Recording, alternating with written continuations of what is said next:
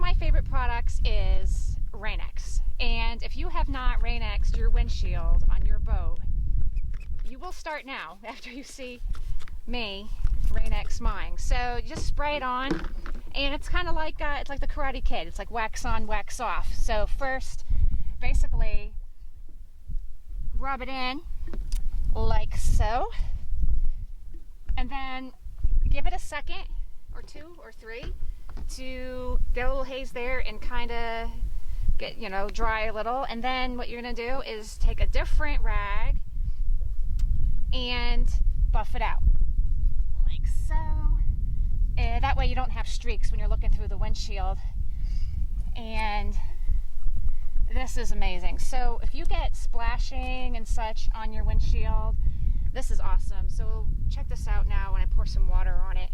Look at that stuff. It just like literally just whisks right off. I mean, you really don't have to do much. If you've been using this on your vehicles at home, then you're already familiar with it. No reason why you can't use it on your windshield, and also on things like the windshield for your ATV